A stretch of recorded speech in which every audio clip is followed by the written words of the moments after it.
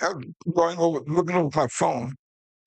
I saw that the largest slave owner person, the family in Jasper County, was Thomas Haywood. Thomas Haywood owned more slaves in South Carolina and Jasper County than anybody else in the United States of America. Thomas Haywood. And he also had 16 plantations, more slaves than anybody else in the entire United States. He's from Jasper County, and they also have a school named after him, Thomas Haywood School. Now, Thomas Haywood uh, was a man of the Confederacy, had all those slaves. He bought them from Charleston, South Carolina, basically. Most slaves came through Charleston than any other port in the United States. Thomas Haywood,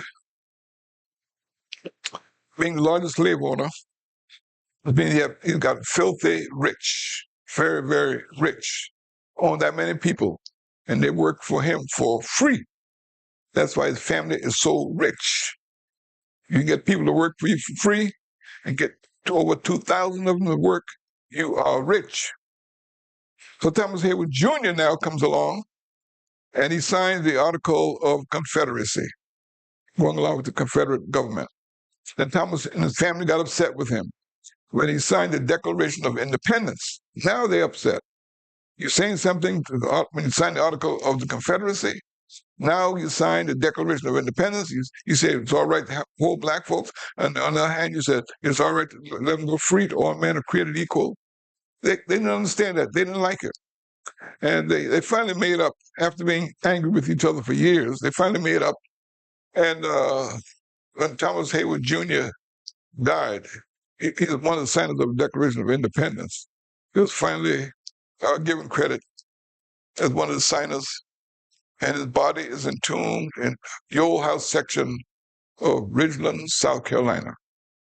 The largest slave owner in the United States of America was Thomas Haywood, white man. So now we do have another slave by the name of Robert Smalls, born in Beaufort County. His mother was named Lydia, and the white man was his father, John McKee. He was born a slave, didn't die a slave, and fought as a slave. He was a warrior. Too many black folks sit on the line, on the outside of the line, and don't do anything. But not Robert Smalls. Robert Smalls watched his father on the ship, going back and forth as a slaveholder. He watched his daddy going up that boat. One day, Robert Smalls, one evening, and it was plotted before, Robert Smalls and 8 others decided that time's up for the slave business. We're going to move out of here. They went to Charleston, South Carolina, and there's a building in South Carolina, the hotel that they stayed in. It's a hotel now, but it was not then. They hid out there until it got dark. Then they went down there and got a ship that his father used to own. And he looked just like his father on the profile. When he went through, he knew the signal. He pulled the horn. As he pulled the horn, the Confederates waved him through. They thought he was a Confederate. They raised the white flag as he got through, going to the Union soldiers. He sold them the boat, and they paid him a lot of money. Robert Smalls changed the course of history for the United States of America during the Civil War. Robert Smalls from Beaufort, South Carolina. Now, when his father died, he lost his property on a tax sale. Robert Smalls bought his daddy house, John McKee. It's on Prince Street between Carteret and Prince, going towards the bay. Robert Smalls bought that house that his daddy used to live in as he came out of slavery. Now, if Robert Smalls, coming out of slavery, he was a slave, bought a house that his daddy used to live in, a white man. Why are we losing our property for taxes? Man coming out of slavery, we're certainly have an opportunity. We got all the educational system we have, the TV, iPads, and all the other instruments that give us all the kind of information that we need. And yet we lose our property to the tax sale. And Robert Smalls came out of slavery. He also served in Congress in the state of South Carolina for many years, out of slavery. And they voted him. That's how important it is to vote. But we don't want to vote. We want to, I said we, I mean some people don't want to vote with all kind of dumb reasons for not voting. Doesn't make any sense. Robert Smalls came out of slavery, bought a piece of property, and that's how important the tax sale is, of his daddy. House still there. Went on to run for Congress, served many terms. After he came out of Congress, he came back to Beaufort and served in a couple of different capacities. Robert Smalls from Beaufort, South Carolina, was the founder of free education in South Carolina and in the nation. Robert Smalls was the person, and he was from Beaufort, South Carolina. I'm very proud to have lived where Robert Smalls lived, in the same county. Robert Smalls.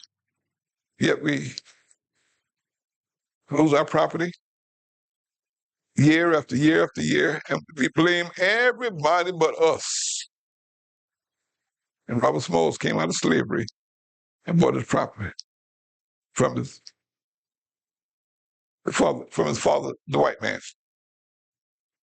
And when he lost in Congress, here's what happened, then I'll be through. President Woodrow Wilson promised black folks when he ran for presidency that we'll support the NAACP. We support all the things that black folks wanted. And we, black folks, they were Republicans back then. Well, Woodrow Wilson said, you give me an opportunity, watch out, this is why it's important to vote. Woodrow Wilson said, you give us the opportunities.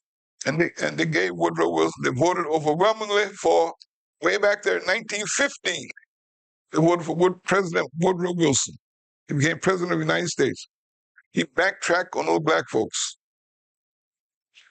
Birth of a Nation, the Ku Klux Klan movie, was first shown at the White House at the request of Woodrow Wilson. Woodrow Wilson had laws passed, moved most of the blacks from Congress in the state of South Carolina and all over the nation. The postmaster, federal jobs. Woodrow Wilson did that. And you voted him in. Republicans. But the Republicans, also Abraham Lincoln was a Republican, and most black folks were Republicans. Abraham Lincoln freed the slaves, not because he loved black folks or anything like that. Abraham Lincoln said in a Dred Scott, in the debate with Frederick Douglass, if I have to free the slaves in order to save the Union, I'll do that. If I can save the Union without freeing the slaves, I'll do that. So it's for whatever benefits me. That's what I'll do. Not because of anything morally wrong with slavery, but in order to save the Union. And everyone was not freed. He wanted to free the South and not the North, where there were slaves. So Abraham did do a good job, but we need to know the history of what happened with Abraham Lincoln in the Lincoln-Douglas debate. Well, that's enough for today. But we used to be Republicans. Black folks used to be Republicans because Republicans freed us. Abraham Lincoln was a Republican, they freed us. And the Democrats were the bad people. And when Strom Thurmond came along from South Carolina, North Augusta, Aiken, he started going to leave the Republican Party, the Democratic Party, and joined the Republican Party. And the people, the Democrats who used to be Democrats, used to love black folks, the white folks who used to love black folks, moved over to the Republican Party. So that's how we got the Republican Party and Democratic Party separated. So black folks love the Democrats, a lot of them Republicans love the Republicans. And it's your choice. But at least register to vote. And what I've said, you can verify this by looking on your phone, the phone that you carry in your pocket, the white phone that you look at movies on, that you listen to music, TV shows, talk on, text on. A lot of that information is on that phone.